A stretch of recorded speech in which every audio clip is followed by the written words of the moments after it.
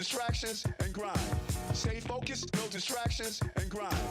There are only two types of Americans: those who live in New York and those who wish they could.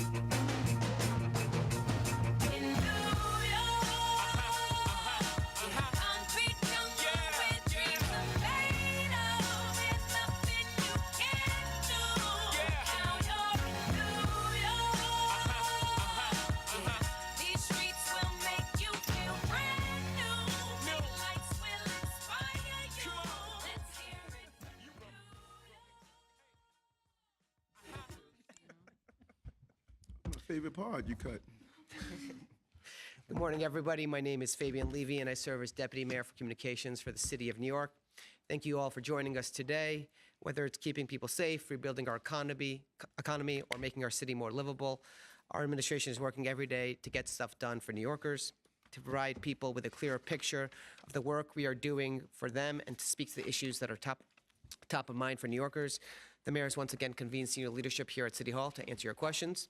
So joining us today are Mayor Eric Adams, First Deputy Mayor Sheena Wright, Chief Advisor to the Mayor Ingrid Lewis-Martin, Chief of Staff Camille Joseph-Varlick, Deputy Mayor for Health and Human Services Ann Williams Isom, Deputy Mayor for Housing, Economic Development and Workforce Maria Torres-Springer, Deputy Mayor for Operations Mira Joshi, Deputy Mayor for Strategic Initiatives Anna Almanzar, and Chief Counsel Lisa Zornberg. So without further delay, I'll turn it over to Mayor Adams. Thanks so much, Fabian. Thanks all of you for coming today.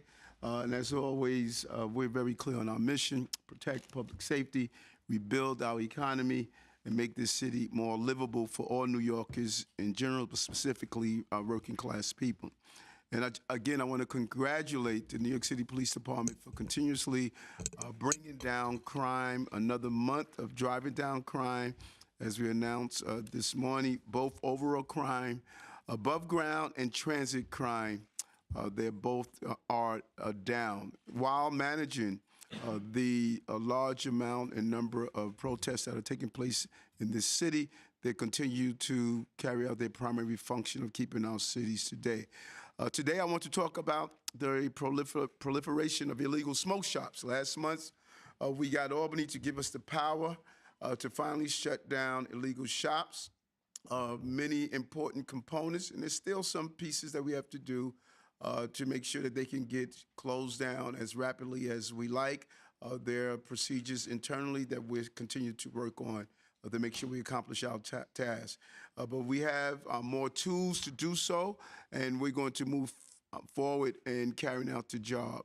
This morning, I met with members of the Sheriff Office, NYPD, and the Department of Consumer and Worker Protection in Long Island City as we launch the start of an operation that is going to tackle the illegal smoke shop problem that is plaguing every community in our city.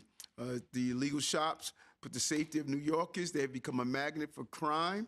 They have become a magnet for quality of life issues that we have faced in this city.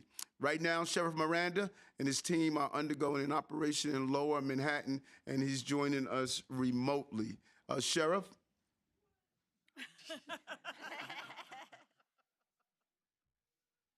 Can you hear us, Sheriff?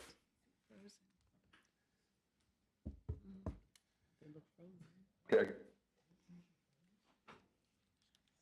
I think there's a little bit of a delay. They look frozen, like maybe frozen.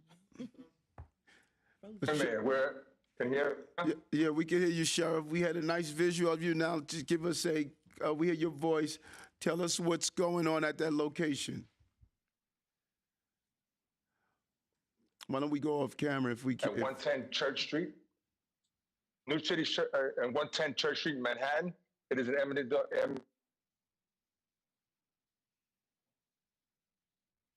Here at this location, including the Mush. Robbie, why don't we get him on a cell phone right now? We have. You all better not get angry with us and tell us we didn't do a dry run. We don't want to hear it. Our hearts are in the right places. Don't start. Yes, Sheriff. Yes, Sheriff. Hold on, folks. Sheriff, why don't you go on just visual, because the audio. I mean, just on audio. Go on audio because the visual is not intact. It must have lost me for a second. You could go on audio, just audio only. Take off your visual. Put him on. You're gonna let him get on the phone. Put him on the cell phone.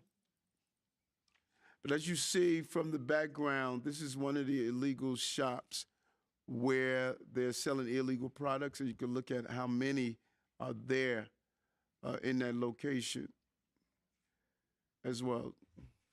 Hold it to the mic. Yep. Yeah, Sheriff, how are you? Good, man. So we have illegal mushrooms, packaging to children.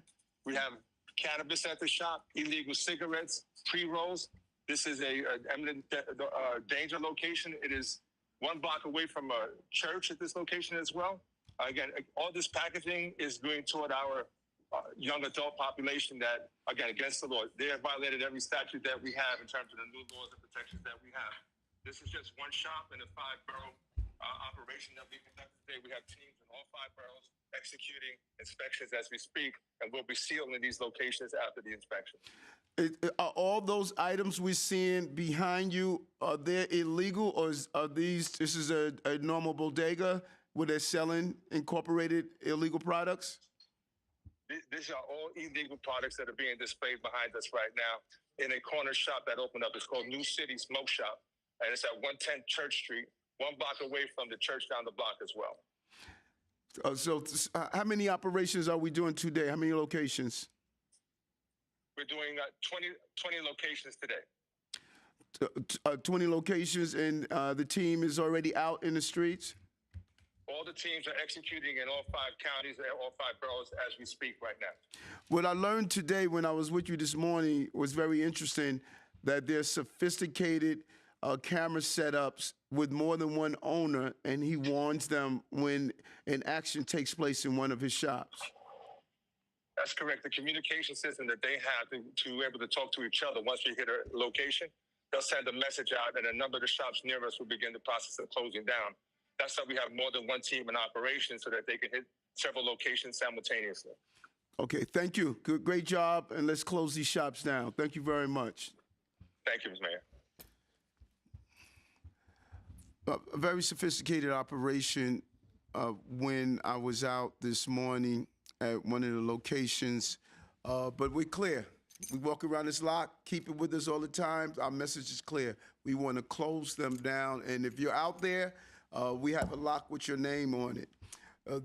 This is these smoke shops have really become a quality of life issue in our city. In every town hall we attend, this issue comes up over and over again. And we want to thank our partners in Albany for giving us additional tools.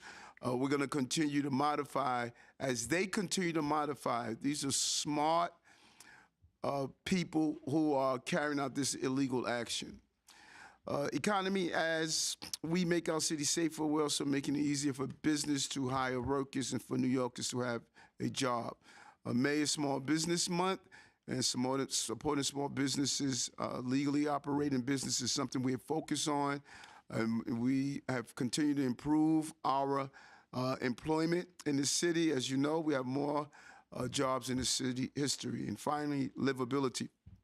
We announced completion of our commitment to expand composting to every single New York City public school. We've done this in 3 months ahead of schedule. So that's food scraps and other items that we can compost. We're looking forward to continuing this operation.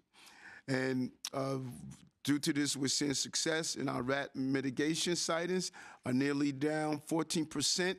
In cities' rat mitigation location, they're falling incredibly 55% in Hamilton Heights residential containerization pilot zone.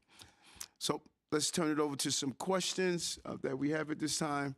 Look forward to answering. Mr. Mayor, I have a question about the campus protests. Yes. We spoke with Columbia students yesterday who told us they felt like they had been lied to, that the university said we need to clear the encampment so we can hold commencement. You cleared the encampment and then they're not holding commencement. So my question to you is, do you feel like Columbia lied to you as well? Or do you feel like conditions on the ground changed and that's why they canceled commencement? No, I don't. I think Columbia and all of these presidents were hit out of nowhere with something that no one could have thought about. And I really take my hat off to them. It was a very difficult time. They coordinated with us. They communicated. They showed real leadership.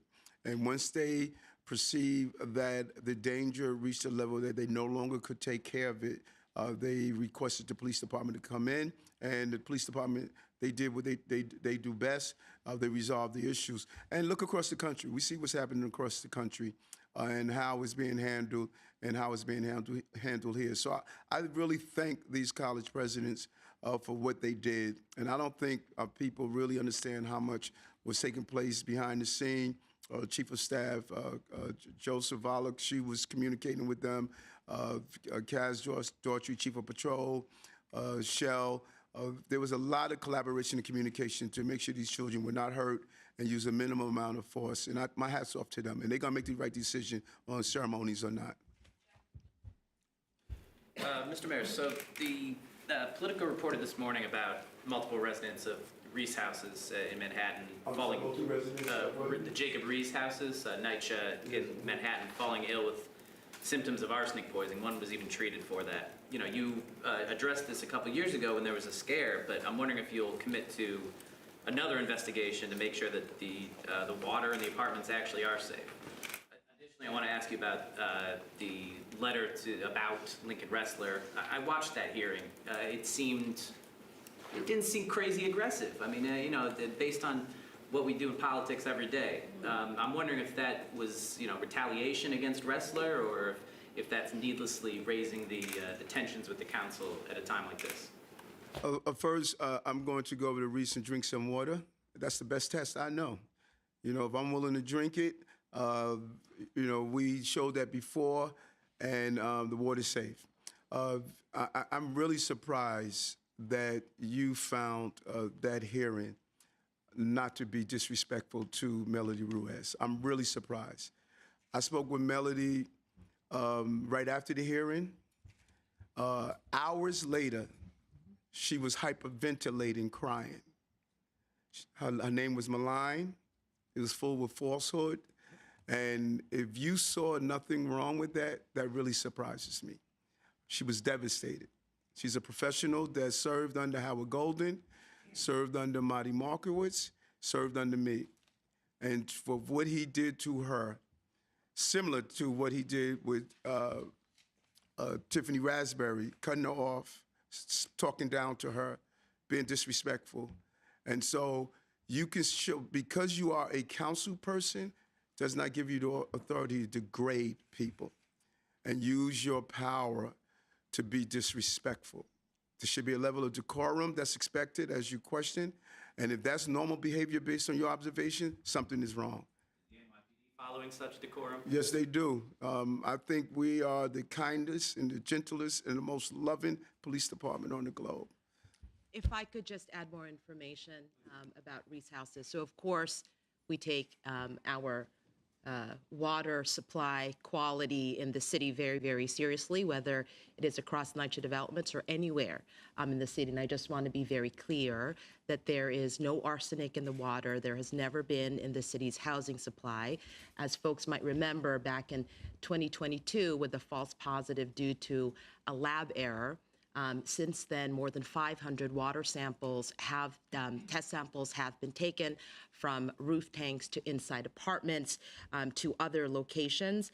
And that testing has shown conclusively no water quality concerns at Reese houses. The last of those tests happened as recently as last month. And so the results of the 500 test samples are available publicly. And we just want to make sure that the residents of Reese houses and all New Yorkers know that we take any and all questions about water quality seriously, but there is no arsenic at Reese houses. And I want to turn it over to my colleague, DM Joshi, to talk more about the very rigorous testing protocols that DEP and other agencies take to ensure water quality across the city. So the key role of DEP is to ensure that the water flowing into the building is safe, and they do, with NYCHA housing as well as all housing, consistent and vigorous tests. The key here is it's multiple tests. Vendor integrity, a qualified professional, a vendor that has a good track record for testing, but also multiple tests. The 2022 example is what happens when you rely on a single test versus multiple tests, and it turned out to be a false positive. So DEP has done multiple tests in the area. April 2024 was the last batch of testing that they did, and all of the results came out negative. Morning, guys. What's going on, Mike? Not much. Got a few questions. What's the plan? So I wanted to follow up on Jeff's question about the whole wrestler situation. I mean, what do you guys hope to gain from this? I mean, I might be wrong in this inference I'm drawing, but it doesn't seem to me like the council is going to censure him on the way he, his tone. I think it seemed to me like a tone issue you guys were taking exception with. So, I mean, was this kind of a, meant to be like kind of a public relations thing, or do you actually expect them to hold hearings about, I think what you view as aggressive questioning during those two hearings? So that was the first question. Second question, I wonder what your thoughts are on Governor Hochul saying that black kids in the Bronx don't know what the word computer means. That was yesterday, and I saw you were at the Garden last night. Go Knicks. I'm there. So, I don't know how this works. Who paid for the tickets? Like, how did you were courtside, right? Yes. Who were you next to? Did you buy the Yankees or what happened? I didn't see all the. I was next to the crew. We were. You guys get to go to the end. Listen, we're gonna council. Lisa is going to go over. We make sure we follow all necessary protocols, and so she'll go over those protocols. In Katie, response to the. We can hear you. Can we please stop talking?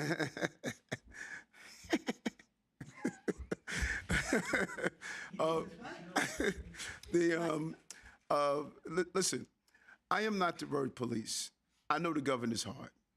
And, when you make thousands of speeches, when you're in front of the cameras all the time, when you're trying to be authentic and say the things that you're really feeling, one can sit back and do a critical analysis of every sentence you say and say, oh, you didn't say it this way, that way. I know her heart. I know what she was intended to say. And she was not trying to be disrespectful to the people of the Bronx. And I thank her for what she's doing and how she's highlighting, the issues. Technology, we need to have it throughout our entire city, and she has been a real partner. And so those who want to be the word police in this business, you go right ahead. The people of the Bronx knew where her heart was, and she's sincere about uplifting the people. We don't always get it right. We don't always say this sentence the way we want. We would love to hear rewind sometimes, but the reality, that's not the way life is. And I'm pretty sure that you've said some things that you wish you would have said differently. Oh, yeah, definitely. I have actually, before I forget, another word police question for you. But I'll let you, the next thing and the wrestler thing, Mayor, if I could. Yes. Mm-hmm. It's very simple. When the mayor of New York City or when a senior official is invited to perform a ceremonial role at a sporting event, the view of the Conflict of Interest Board, which we're in close touch with, is that it's not only acceptable but expected that that senior level official would accept a complimentary seat to stay for a portion of the game or the match, whatever it is. The restriction being that in the conflict, COIB's view, we've been advised not to take seats in owners' boxes, and so that's what we follow. So here, the mayor last night was invited by MSG to celebrate the Knicks as mayor and to give an interview and to be present, and he stayed for a portion of the game. First quarter, I had to bounce, you know. Work. So just one more thing. You got 3 questions. Just, I know, but this Go is ahead, Mike. Go ahead, Mike.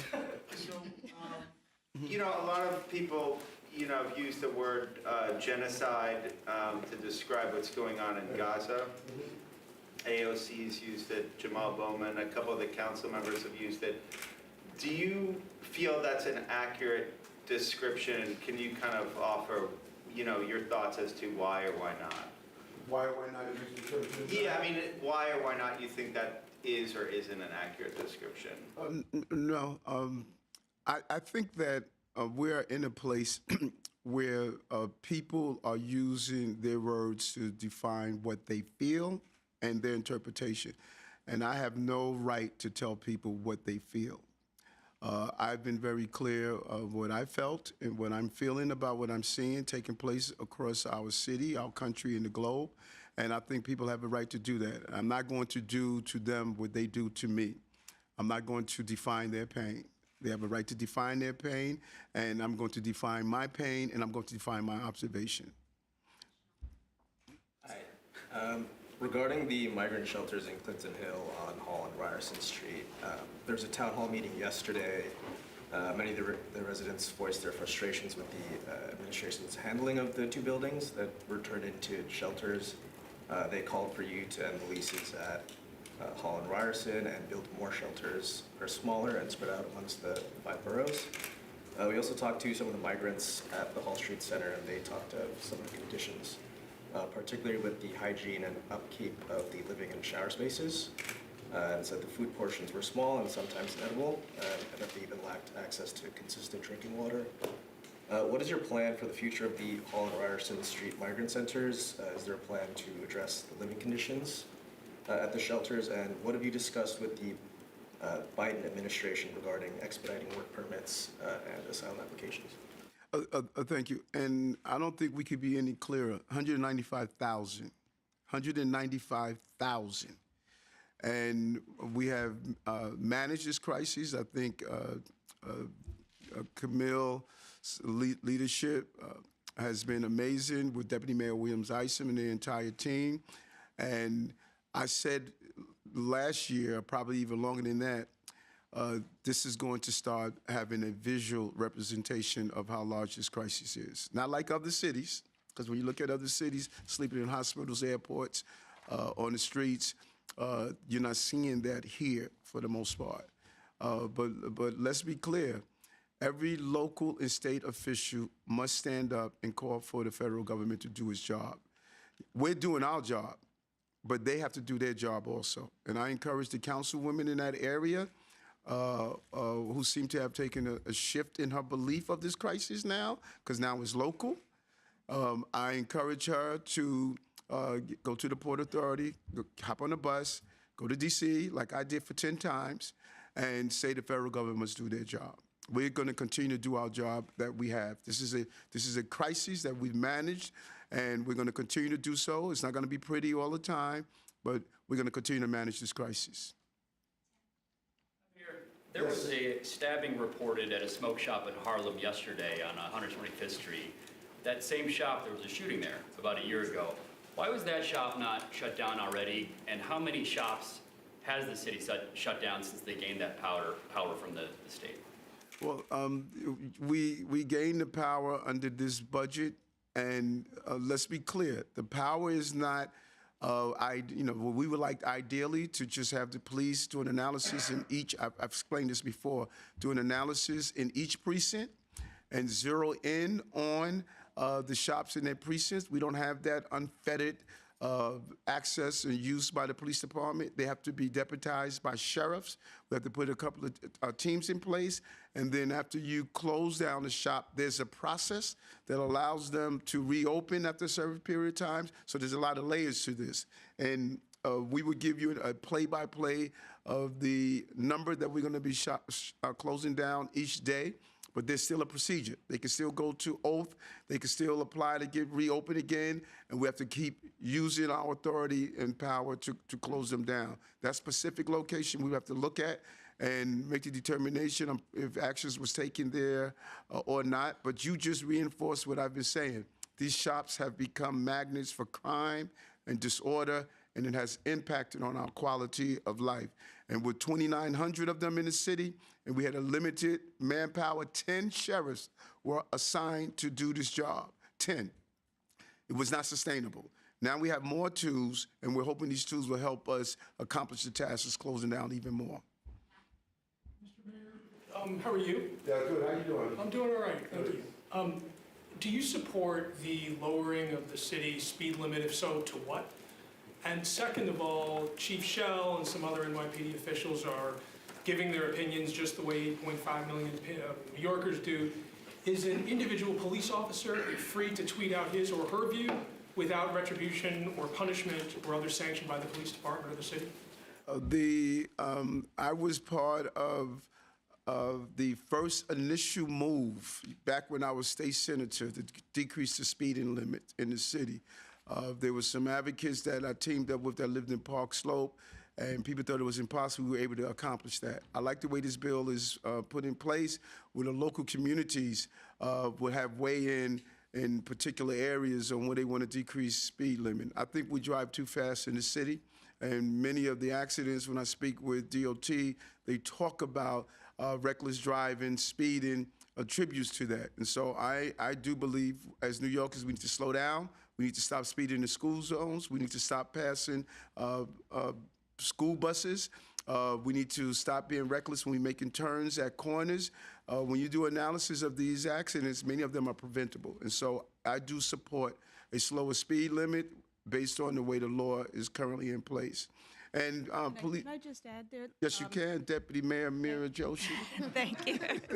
I think for the mayor and so many people that have been working in this field, this has been a long time coming. And what is really interesting about the way the law is structured is it gives DOT some individual rights, ability to lower speeds in streets that are less than 3 lanes, and then it gives the citywide authority to the council to do a citywide measure.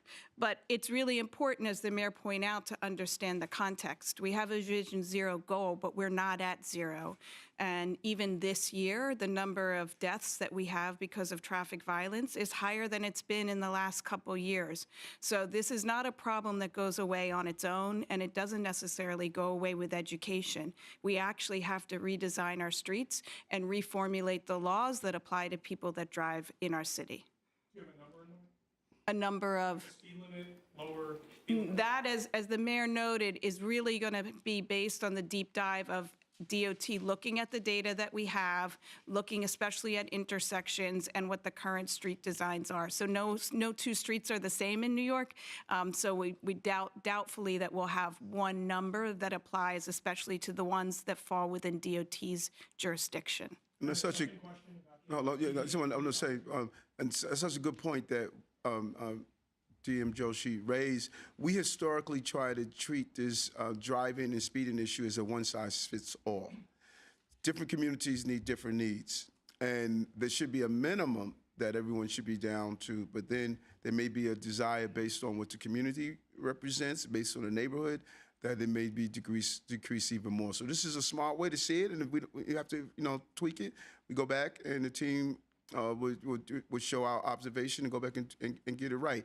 And listen, I stood next to Families for Safe Street. No family should go through this. A traffic crash, you relive it every time you walk past that same block, that same neighborhood, and I think this is a smart way to do it. Now with the police, yeah. Is it fair to say that everyone's, or most places or most neighborhoods are getting a haircut, but just the extent of the haircut is up in the air? Well, I don't have any hair, so that's hard for me to say. It's premature to do that. So the law just passed. DOT just got a certain amount of power, and also City Council will get the citywide power.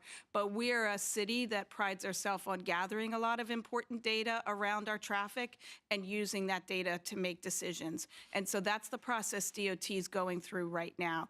And key locations, as the mayor mentioned, like schools and senior centers, like we have to consider those as we roll out the plan. you have like a timeline when Let's New get to your Yorkers can? second question because we're taking. Yeah. Chief Shell, Commissioner Daughtry, etc. They are the leaders of the agency, and they set the tone in defending police officers, addressing issues that are important, and speaking on behalf of officers, like I do here. My team here want to respond to a whole lot of tweets where people call me fascist and other things, and we say no, it comes from me. I am the one that sets the tone for the agency, and Chief Shell and Commissioner Daughtry, they set the tone for the police department, and that is their responsibility to do it in a manner that's respectful. So it's just a police officer couldn't, it's just a police officer couldn't give his opinion as others did? Officers do during their off-duty hours. They do. Good morning, Mr. Mayor. How are you? I'm well. Good morning to the team. Thank you. Mayor Adams, one of the more trending stories right now is out of Pennsylvania, where this armed man walked up to try and execute a pastor. Had a gun jam, and fortunately, he's still alive. Are there any security measures for House of Worship in New York City? No, what was this? I didn't see that. A couple days ago. Chuck Schumer just put. Mike. Oh, sorry. Chuck Schumer put millions of dollars into the budget, federal budget, billions of dollars actually, to increase security in the houses of worship throughout the 50 states. So not just New York, not just Pennsylvania, but all 50 states. So there will be some added benefit, and we will be able to utilize that money to help the houses of worship with added security. This was an incident that happened outside the city. Yeah, Okay. Pennsylvania. All right. Pennsylvania. All right. Yeah, my second question is there an upside for moving the fireworks from the East River to the Hudson River? I would love for our city to have it all, but I believe they're doing dry runs to look at the big celebration for that's the upcoming years. And, it's their show. As long as we have it in New York City, I'm happy. Hey, Mayor.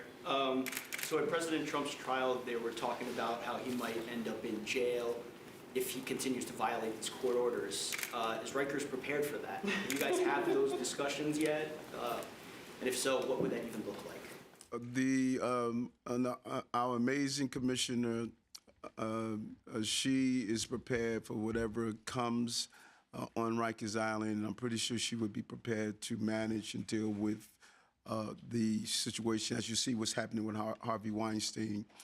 We have to adjust, in this business, particularly around law enforcement, we have to adjust whatever comes our way, but, we don't want to deal with a hypothetical, but they're professionals. They'll be ready. You haven't had those discussions with corrections yet? I'm sorry? You haven't had those discussions with corrections about that situation? Yes, we have. Yep, what's happening? I'm doing well, thanks. I wanted to ask about a couple different topics. The first was a story we did about the Smart City Expo coming up where you'll be speaking. We reported that, and the administration confirmed that EDC paid $250,000 to sponsor it. I spoke to folks who said that seemed like a high number, that they weren't aware of the city committing that much to an event ever before, or at least recently. Are you aware of any precedent for this, for the administration paying that much to sponsor a private event? And did we reported that Frank Carone was involved in organizing for this event, at least last year. Did he play any role in getting the administration to sponsor it? And then the second topic, unrelated, possibly for DM Torres Springer, we caught a filing by EDC, a zoning application the other day for a life sciences facility at 455 First Avenue. I think it's called Innovation East. It had been, in the works before, but what caught our eyes that the application said it was being filed under, they're seeking a special permit under City of Yes for Economic Opportunity, which caught our eye because obviously that hasn't passed yet. So could you explain, is this a case of sort of what you did with FAR cap, trying to sort of get ahead of something that might happen in the future by saying, we would be able to build this if City of Yes passes? Can you just explain sort of what this application is about? Happy to do that. I can also talk about smart cities if you want. Yes, why don't you do that, Deputy Mayor Maria Torres Springer? I'd be happy to. So the Smart Cities Conference, the Smart Cities World Congress, we've always believed has been a great opportunity to bring the types of attendees, the types of partners, and as we've seen in different conferences, it's close to 20,000 attendees from 800 different countries. And so the investment in that sponsorship of $250,000 is modest, in my opinion, if you think about what it means for the city to have this type of conference and this type of strategy to grow tech. If you look at the history of smart cities, it's about ensuring that as cities try to become more sustainable, more livable, more resilient, and the facts show, right, 70% of the world's population are going to be living in cities in 2050. So in many ways, there is no shortage of strategies that cities like New York should take in order to ensure that we are at the forefront of that, whether it's the Smart Cities Expo, or our work in supporting startups in climate tech, for instance, or our work with fellowships, or our work to do a climate innovation lab. All of those are strategies that, by the way, are part of the reason, if you remember from last week when the mayor showed the chart of the reasons why tech workers are relocating to New York more than any other city in the country. So it's all part of a strategy, and everyone can take a look at EDC's website. There are a number of pages dedicated to smart cities.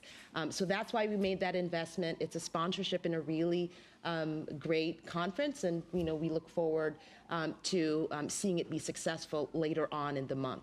In terms of life sciences and First Avenue, so the mayor has made very clear that we can't do things serially in this city, that both the housing crisis, for example, when you talked about the FAR cap, is so dire, but also we want to propel our recovery. And so to the extent, and we hope that the City of Yes for Economic Opportunity will get passed by the City Council this month. And part of what is happening there, it's making it easier, clarifying rules around life sciences production space. So as hopefully that passes, then you have projects in the pipeline, like the one that you mentioned, which will bring hundreds of thousands of square feet of life sciences space to this area of the city, where again, the city is making major investments, including Sparks Kips Bay, to help grow our life sciences capacity. We hope that it will all work together and we can just accelerate that progress as quickly as we need to, because there's really no time to waste either in job recovery or in terms of our housing crisis. That's the slide that you were referencing. That's right, yeah. I mean, that doesn't happen by accident, Right. right? That happens because we make the types of investments in conferences, in talent, in infrastructure, in real estate, in fellowships, in changing our zoning to make it easier for businesses to start. So I would really view smart cities, that sponsorship and everything else we do in the context of the result that we want to see, and that's the result. Sorry, could the mayor, Well said. the mayor talk, just one of my other questions about Frank Carone, if he played any role in the sponsorship, or does he? Let me is he able just to- jump in. Alisa? Yeah, let me just jump in here. First of all, on the $250,000 investment, in addition to what the DM said, I would just note that that's the same amount of investment that Miami, the city of Miami, made when they similarly partnered with Smart City on an expo in that city, which I understand was very successful. Regarding Mr. Carone, and just to be clear, the expo contract with Smart City occurred after Mr. Carone's departure from the city, and the CEO of Smart City was not employed by Oaktree at the time that the city did that contract. Nevertheless, I understand that Smart City voluntarily ended its relationship with Oaktree last year to avoid even a glimmer of a question, such as the one that you're asking now. I wanted to get your reaction to the protest last night in which some statues were vandalized and the flag was burned, and also there have been reports of protesters being held for too long or being denied food or water. How important is it right now with so many protesters being arrested to make sure they're treated fairly and consistently? Clearly, we're doing just that. The New York City Police Department, they're doing an amazing job, challenging situation. Over 1,000 protests in the city, and they're doing that. They're treating people with the humanity and dignity that they deserve under very challenging circumstances. People are throwing objects at them, are doing things that are just really, I believe, a small number just trying to aggravate the situation. And I'm really not happy of the desecration of a war memorial. These memorials mean a lot to our city. To vandalize it, and some of this action, this anti-American action, it bothers me. And I'm just not going to sit back and act like it's not wrong. When you have flyers that state, destroy America, I thought this was about peace. What am I missing here? And so we're going to continue to be professionals. We're going to continue to protect the city. And protecting the city is not only from physical damage, it's also protecting what we represent. And I'm going to continue to be vociferous about that. Mr. Mayor, how are you? What's happening? How are you doing? Good.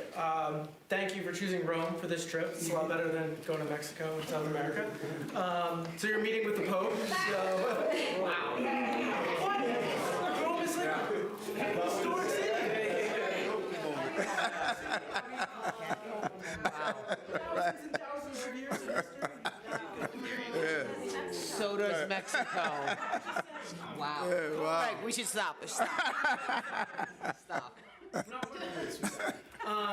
So you're meeting with the Pope. Yes. What are you going to say to the Pope?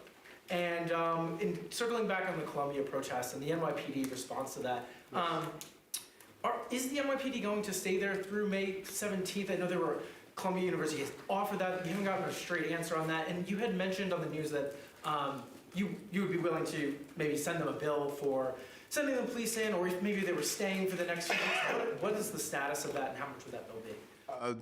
If they're staying for longer, the team is going to do an analysis and make the determinations about public safety. That's what we're going to do. The cost of it, I think there should be a shared cost, and we're going to engage in those conversations on that. And my conversation with the Pope, this is a very special moment for me as being a Christian.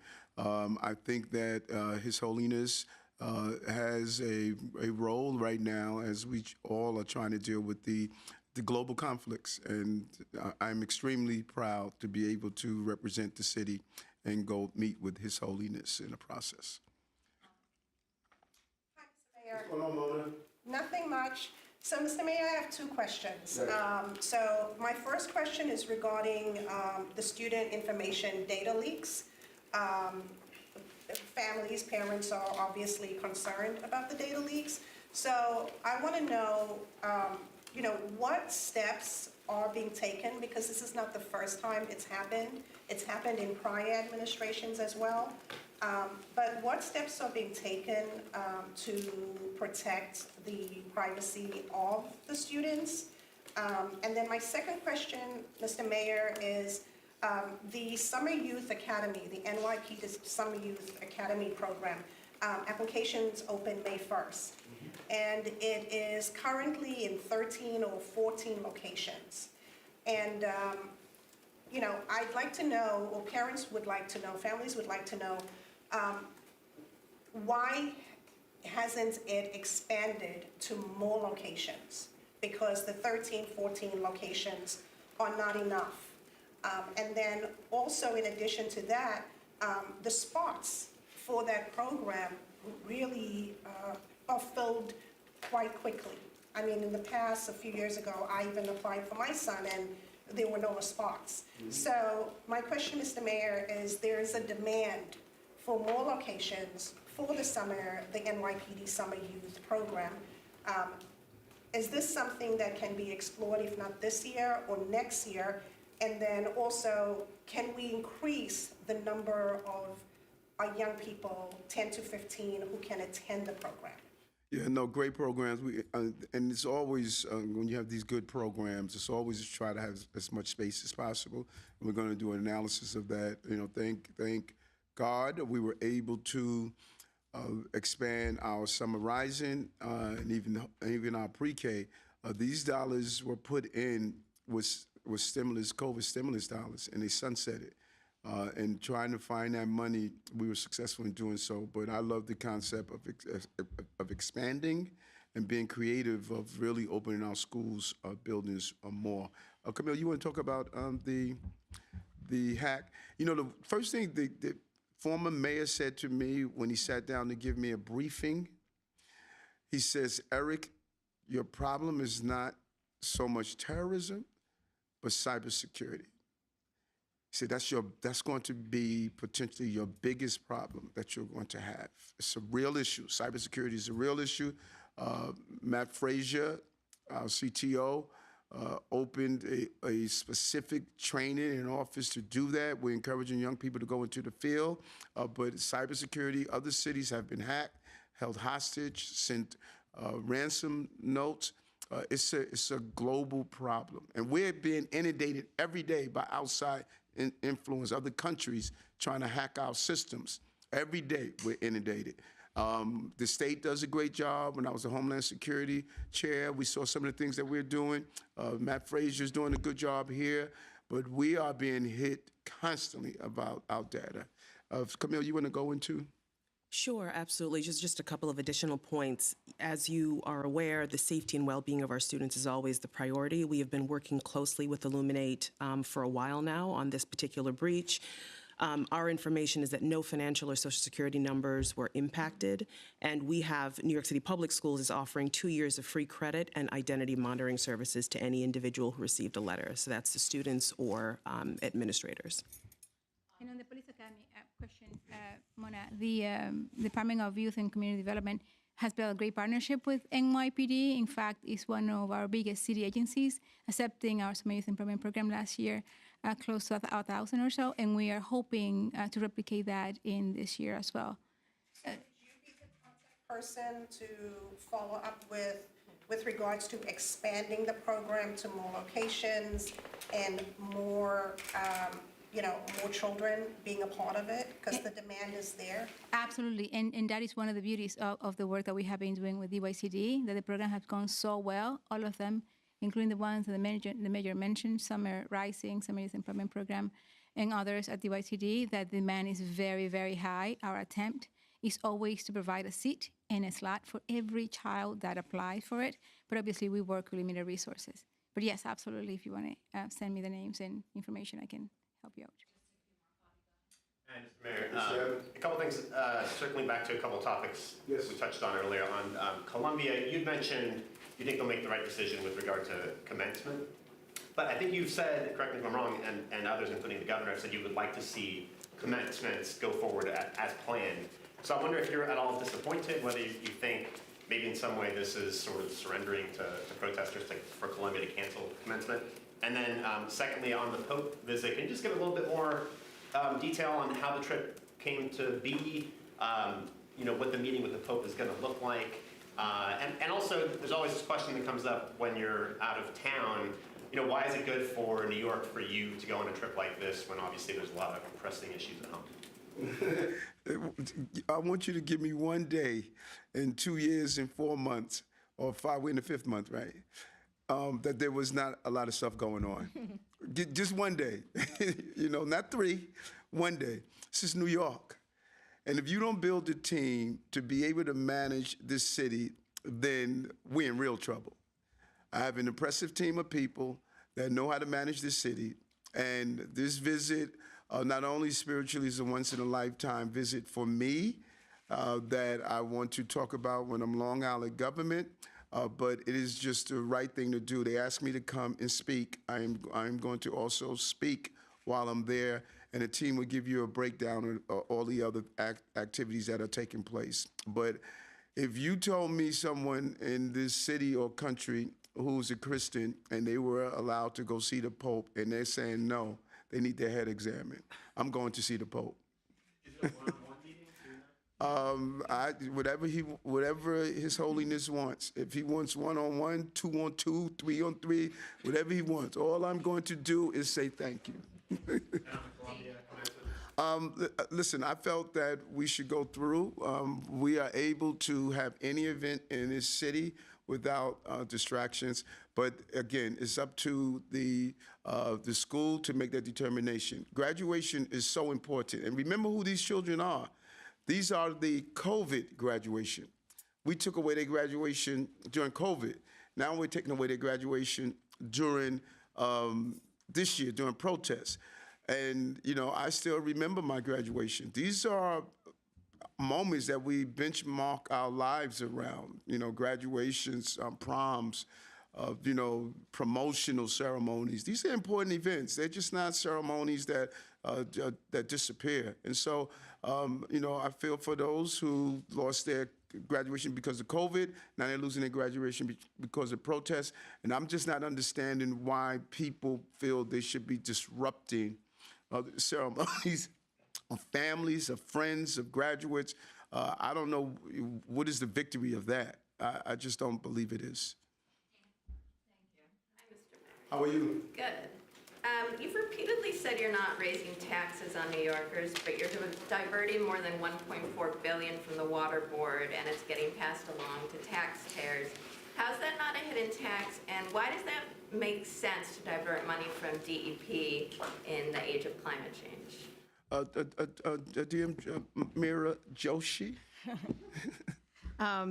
Thanks for the question. So the water rate proposed recently includes a portion that we call the rental payment, and that has been collected historically for the city for the vast majority of years since it was enacted until 2020 and 2021 when it was not collected during COVID. So we've reinstated the collection of the rental payment. The city, in its capital plan, and specifically DEP's capital plan, between 2013 and 2023, put in about $5.7 billion into infrastructure to our storm resilience efforts. And we have $10 billion in our 10-year capital plan going forward. So we absolutely use the money that we collect for stormwater resilience. This is still one of the lowest water rates, New York City's water rate in the country. We pay about a penny per gallon, and it's the best water in the world. So that's a good buy. And I want to point out two other factors that are important to note when it comes to subsidizing the city's infrastructure, whether it's gray or green, and we're more increasingly having to focus on green infrastructure. One is fair share. So the state has funds available to help localities support their resiliency efforts when it comes to stormwater mitigation and clean water, but New York City is not allowed to collect those monies because we are a population of more than 300,000, and the financial cap on the projects that they'll fund is $6 million over 2 years, which is literally a drop in the bucket for any infrastructure project in New York City. And the other thing that we're seeing is 25% of our water bills are delinquent. People are not paying the water bills. We did a successful amnesty program last year, which is unfortunate that we have to get to that point, but we're again faced with the problem of not being able to collect all the money due. We've recently done 5 to 6 shutoffs, most of them commercial, and a lot of them are people that owe either in residentials tens of thousands of dollars and in commercial hundreds of thousands of dollars. So we really have to look at all of the things that go into the infrastructure, the sources of money that we get, and put it in perspective. And today, the rental payment represents a particular point in DEP's finances, and that is a percentage of what we pay for debt service for our Water Finance Authority bonds. But there are almost none left from before the water board was created. So Next question. Those were the general obligation bonds. These are water finance bonds. They're different. Right, the argument for the rental payment was the GO. How are you? You're my favorite question. A couple of questions, sort of locally focused. Up in Upper West Side, the West Prep Academy is moving into their middle school into a shut-down Catholic school. I was wondering what the rental and lease arrangement is, and if there are any other schools that the city is taking over from the Archdiocese or the Diocese of Brooklyn, which are shutting down schools, and some of with the migrant influx are experiencing massive influx of students, especially in the younger grades. Do you know how much? Chancellor does his off-topics. What's that? Chancellor Banks does his off-topics to go over those issues. If Camille, you don't have that information in front of you, Chancellor Banks will go over that with you, okay? Thank you so much. That's all the time we have. Why did Jose leave? Yeah, we miss Jose.